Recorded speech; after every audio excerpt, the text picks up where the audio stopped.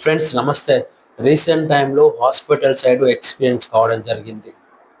పెద్దవాళ్ళకు అడల్ట్స్‌కి government hospitals మంచిగానే ఉన్నాయనేసి విన్నాను. మరి అప్పుడే పుట్టిన బేబీకి ఎలాంటి సౌకర్యాలనేటివి లేవు. ఏదైనా ఒక బేబీకి ఫర్ అబ్జర్వేషన్ అని 24 అవర్స్, 48 అవర్స్ అని చిన్న ప్రాబ్లమ్స్ ఉంటాయి. వెళ్ళాలి అని అనుకుంటే పేద మధ్య తరగతి వాళ్ళు వెళ్ళాలని అనుకుంటే నీలోఫర్ హాస్పిటల్ వెళ్ళాలా గవర్నమెంట్. అక్కడ చైల్డ్‌కి సరైన సదుపాయాలు లేవు. ఒక బెడ్ పైన ఒక 2, 3 మెంబర్స్ చైల్డ్ ఉండడం జరుగుతుంది. నేను పర్సనల్‌గా చూశాను. ఒకవేళ అక్కడ సిట్యుయేషన్ బాలేదు. మన తక్కువ బడ్జెట్‌లో ఏదైనా ప్రైవేట్ హాస్పిటల్‌లో ట్రీట్మెంట్ చేపించాలి అనేసి అనుకున్నామనుకో, వెళ్ళడానికి ముందు ఒక విధంగా ఉంటది. వెళ్ళిన తర్వాత ఒక విధంగా ఉంటది. మెడిసిన్స్ కానీ ఒక రోజుకి 20,000, 30,000, 40,000 రూపాయల మెడిసిన్స్ రాయడం జరుగుతుంది. అప్పుడే పుట్టిన బేబీకి ఎక్కువ ప్రాబ్లం లేదని చెప్తూనే ఉంటారు. కానీ 20,000, 30,000 రూపాయల మెడిసిన్స్ వాడతారు. టెస్టులు అని చెప్తారు. చూడగానే వాళ్ళకి ఏ ప్రాబ్లం ఉందనేది పసిగట్టలేకపోతున్నారు.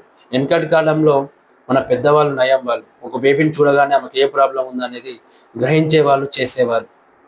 కానీ ఈ రోజుల్లో డాక్టర్స్ అలా చేయడం లేదు. ప్రతి దానికి టెస్టే. ఏమైనా ప్రాబ్లం ఉందని చెప్పి అన్నిటికీ ప్రాబ్లం ఉన్నా లేకపోయినా అన్నిటికీ ఒక టెస్ట్ రాయడం జరుగుతుంది.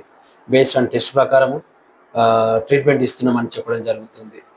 మరి పేద మధ్య తరగతి వాళ్ళు ఎక్కడికి వెళ్ళాలా? లక్షల లక్షల బిల్లులు కట్టుకోలేరు. అదే అని గవర్నమెంట్ హాస్పిటల్కి వెళ్తేనేమో సిచ్యువేషన్ అనేది బాగాలేదు. సో ప్రైవేట్ హాస్పిటల్ల పైన గవర్నమెంట్ ఆలోచించి అందరికీ మెడిసిన్ బిల్లు అనేది, ఐసీయూ బిల్లు అనేది వేసేసి ఒక రెగ్యులరైజేషన్ తేవాలి. మినిమం హాస్పిటల్ ఫీజు అనేది కలెక్ట్ చేయాలనేసి గవర్నమెంట్ రెగ్యులరైజేషన్ చేయాలనేసి నేను కోరుతున్నాను. ఈ సిచ్యువేషన్ చిన్నది కాదు. చాలామంది ప్రాబ్లం ఫేస్ చేసిన వాళ్ళకి తెలుస్తుంది. గవర్నమెంట్ ఇప్పటికైనా రిక్వెస్ట్ చేస్తున్నాను, దయచేసి గవర్నమెంట్కి మీరు చిన్న పిల్లల కోసం కొన్ని హాస్పిటల్ స్థాపించాలనేసి నేను కోరుతున్నాను. అదేవిధంగా నేను డాక్టర్లకు రిక్వెస్ట్ చేస్తున్నాను. అదేవిధంగా ఎవరైతే మెడిసిన్ సైడ్ రావాలనుకుంటున్నారో వాళ్ళకి రిక్వెస్ట్ చేస్తున్నాను. మీకు పేదవారికి సర్వీస్ చేసే ఉద్దేశం ఉంటే మెడికల్ ఫీల్డ్కి రండి. అంతేగాని మీరు లక్షల రూపాయలు, కోట్ల రూపాయలు పెట్టి మెడికల్ సీట్ కొనేసేసి మీరు ఏదో కమర్షియల్గా ఆలోచించి హాస్పిటల్ పెట్టి పేద మధ్య తరగతి వాళ్ళ మీద దండిగా దోచుకుంటాం అనేసి ఆలోచనతోటి రాకండి. దయచేసి సర్వీస్ చేసే ఉద్దేశం ఉంటే రండి. డాక్టర్లు దేవుళ్ళు, ఎవరు నమ్మినా నమ్మకపోయినా నేను నమ్ముతాను. దయచేసి మీరు సేవ చేయడానికి మాత్రమే రావాల్సిందిగా నేను కోరుతున్నాను.